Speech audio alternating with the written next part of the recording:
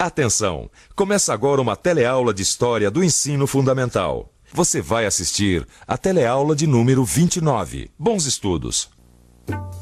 Na unidade 4, com o título de O Brasil, entre a democracia e o autoritarismo, veremos que a primeira metade do século XX foi o tempo de guerras no mundo. As guerras, que trouxeram sacrifícios de vidas e recursos materiais, também acabaram por fazer surgir novas tecnologias e uma dependência através das relações econômicas. Ao mesmo tempo, a defesa da democracia ganhou as ruas e trouxe à tona muitas reivindicações. O Brasil viveu esse período como um tempo de participação política e questionamento da ordem social conservadora e desigual. Assim, no Brasil como no exterior, as forças da ordem resistiram duramente à realização dos projetos de liberdade e maior igualdade social.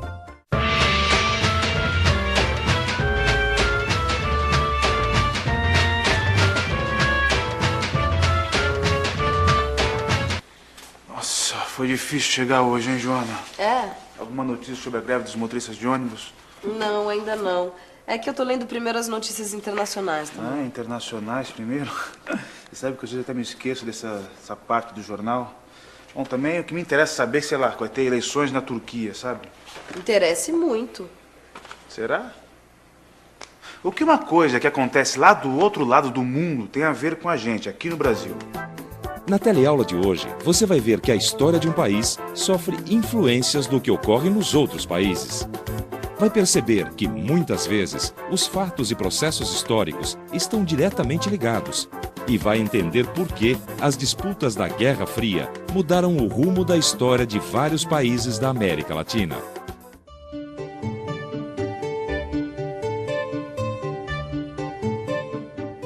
Você sabe de qual partido é o presidente dos Estados Unidos? Não sei. Não sei. Você me pegou, hein? Democratas?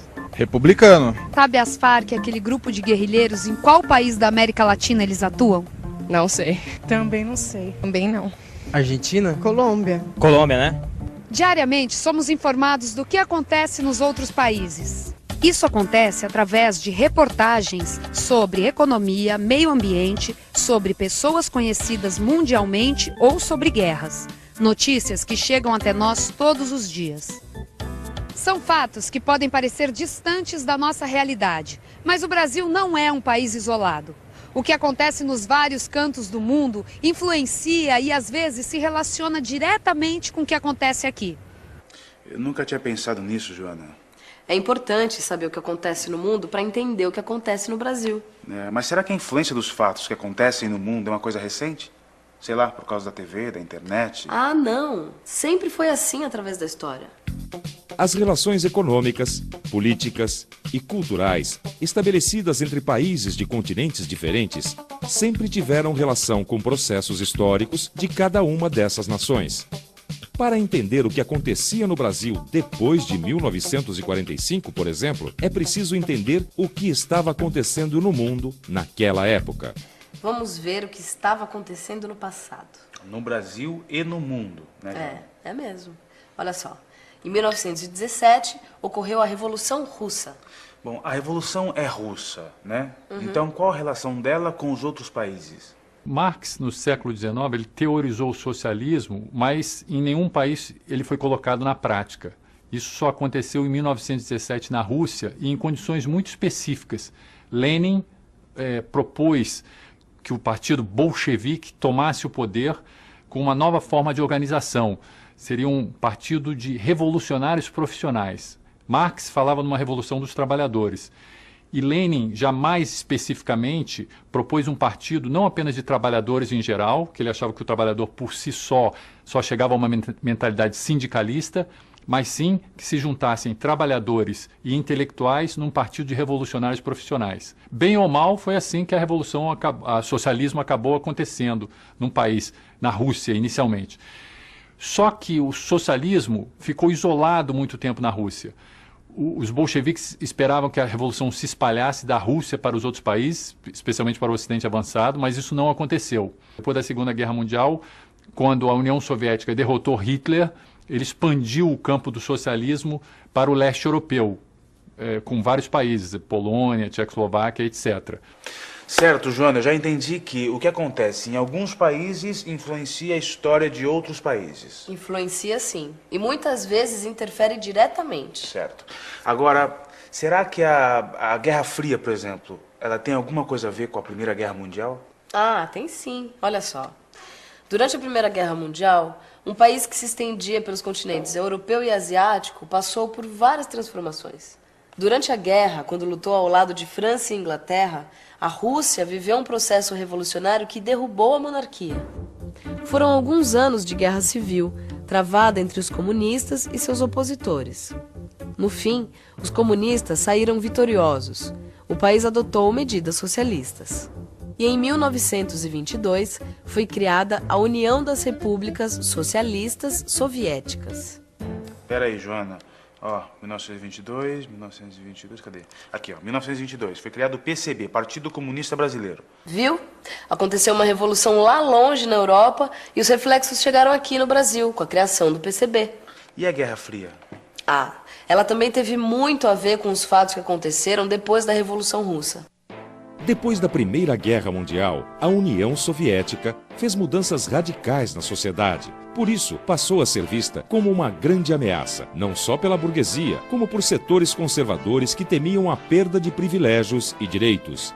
As mudanças feitas pelos soviéticos inspiraram muitas organizações operárias na Europa, nos Estados Unidos e na América Latina. Você sabe quem foi esse homem? Não tenho a menor ideia. Não consigo reconhecer. Não sei. Benito Mussolini. Este é Benito Mussolini. Alguns anos depois da Primeira Guerra Mundial, Mussolini implantou o fascismo na Itália. E na Alemanha, Hitler se estabeleceu no poder ao liderar um regime autoritário conhecido como nazismo.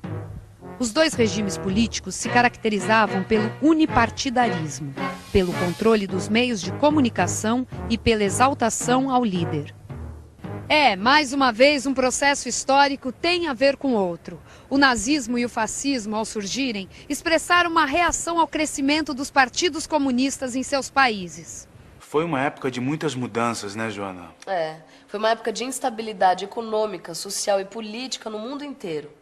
E como as relações entre os países eram interligadas, começaram a surgir vários conflitos.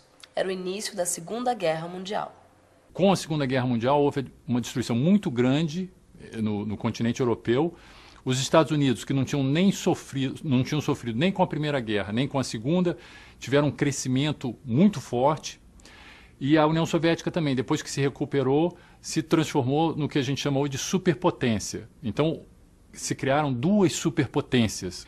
Houve, então, aí um decréscimo na força das antigas potências coloniais, Inglaterra, França, etc. E isso deu uma força muito grande para os movimentos independentistas no chamado Terceiro Mundo. Então, houve, depois da Segunda Guerra, uma onda de descolonização e criação de novos países independentes. A Segunda Guerra Mundial terminou com a vitória dos aliados. Por causa do grande número de países envolvidos e dos avanços tecnológicos da indústria de armamentos, os resultados foram devastadores. A destruição atingiu seu ponto alto quando os Estados Unidos lançaram uma bomba atômica sobre o Japão. Surgia um novo tipo de arma, com um poder de destruição até então inimaginável. Ao final da guerra, os Estados Unidos tinham a indústria mais forte e moderna do mundo. Por outro lado, a União Soviética, sob o regime socialista, colaborou com recursos materiais e humanos para a vitória dos aliados. Essa colaboração, mais a intervenção direta soviética na política do leste europeu, fez com que vários países adotassem o regime socialista logo depois da Segunda Guerra Mundial. Bom, depois da Segunda Guerra, o mundo ficou dividido, né, Joana? Estados Unidos de um lado, União Soviética, que também tinha bomba atômica, do outro. Durante as décadas seguintes, esses dois países travaram disputas ideológicas, políticas e econômicas. Assim começou a Guerra Fria, né? Mas como é que isso influenciou os outros países? É que tanto os Estados Unidos quanto a União Soviética precisavam conquistar o apoio das outras nações. O curioso é que na Guerra Fria, os Estados Unidos e a União Soviética nunca se enfrentaram diretamente no campo de batalha, né? Mas olha aqui, ó. Não se enfrentaram, mas gastaram muito dinheiro em suas indústrias de guerra. Tudo para produzir armas modernas e poderosas que pudessem ser vistas como ameaças pelo inimigo. E essas ameaças com armas mexeram com o mundo inteiro, né? Tá vendo, João? Fatos ocorridos nos Estados Unidos e na União Soviética interferiram na história de outros países. É mesmo. A história está mesmo interligada, né? Outra arma importante da Guerra Fria era a propaganda. Através do rádio, da TV e do cinema, capitalistas e socialistas buscavam divulgar as vantagens de seus sistemas.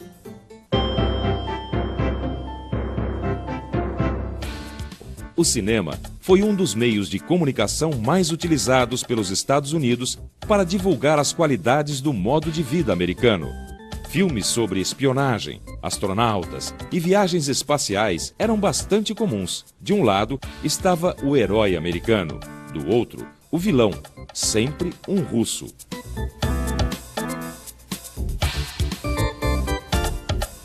A influência da história de um país na vida dos povos de outros países é maior do que a gente imagina.